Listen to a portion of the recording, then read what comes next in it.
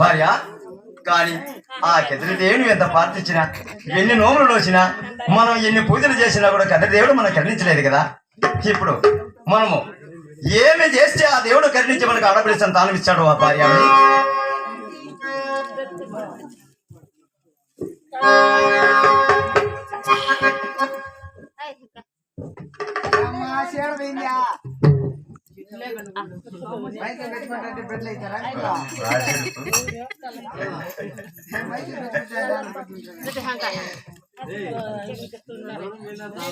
భార్యమని కానీ మనం ఇప్పుడు అరణ్యవాసం పోయి అక్కడ కదిరిదేవి దగ్గర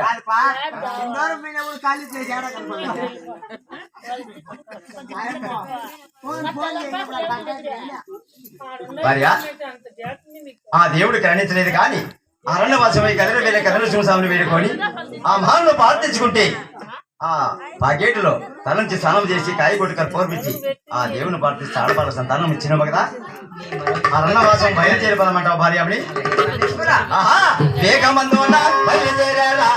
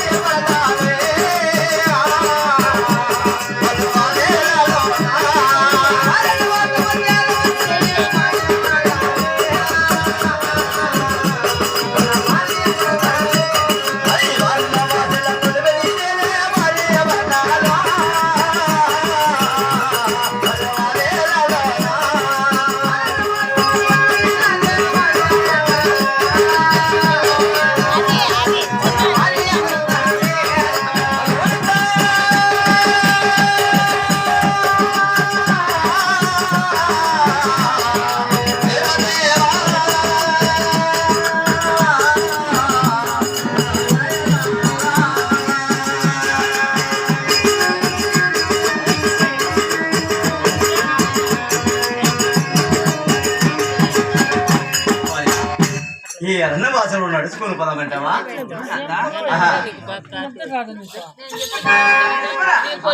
ఈ అరణ్యవాసంలో అవునంటావా? ఎన్ని పూజలు చేసినా కూడా అవునా ఏ దేవుడైనా కదిలించి ఆడవాళ్ళ సంతానం వాళ్ళేదని ఈ అరణ్యంలో నడుచుకోవడమే ఆ మార్పులకు అరణ్యవాసంలో ఆ వద్యమానికి కింద పరిచయం చేయడం భార్యమని ప్రాణేశ్వర నాది మాటలు ఆలోచించండి.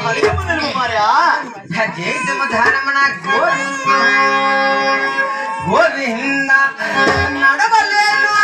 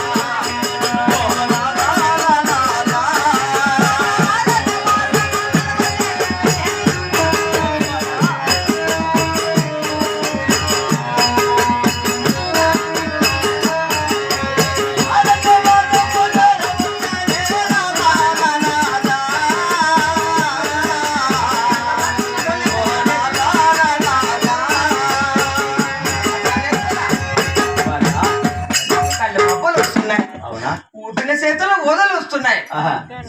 కన్నుల్లో మైకు వస్తున్నాయి. ఏమైనా పెడతాను ఎంత మాత్రమే నీ హేరన్ని వాసులో నడవలేను, నడవలేను ప్రాణేశ్వర. ఇంకొకటి మార్గం, ఒకటే మార్గమ్మా. నీ మొగుల మీద ఒక ఎప్పుడు పోతే స్వామి నేను లోరు కుట్టుకో లేకంటే చూడు,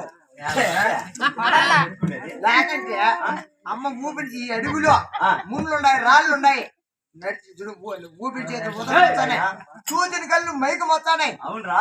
చూడు చూడు నడిచిన కాళ్ళు బొబ్బలు వస్తాయి, నీ ఉల్లి పంగరా అని నువ్వు నన్ను అడిగించి నేను గుర్రాలు ఇంటి పిచ్చుకోమన్నా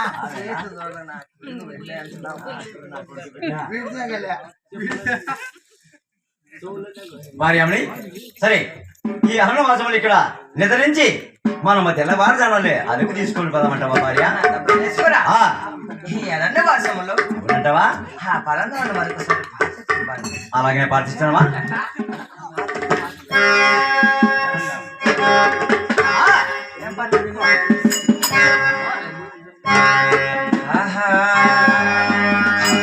హన్నోమో పన్నించవా స్వామి, అమ్మో కరుణించవా దేవా, నిన్ను నమ్మితిరా, నిన్ను తలచితిరా, ఒకసారి బాలెదరా.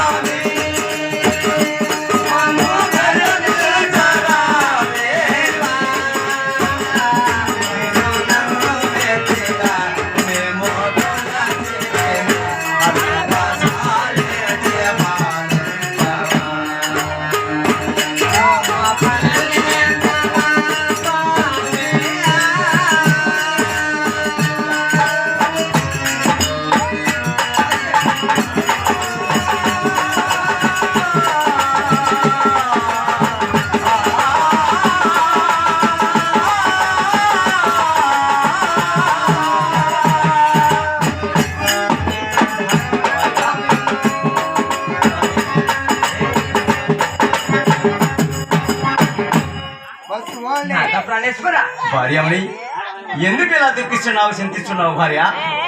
కానీ అక్కడ పవలించి మనం ఇక్కడ రెస్ట్ తీసుకొని తెల్లవారు తీసుకురామంటావా? కానీ ప్రాణేశ్వర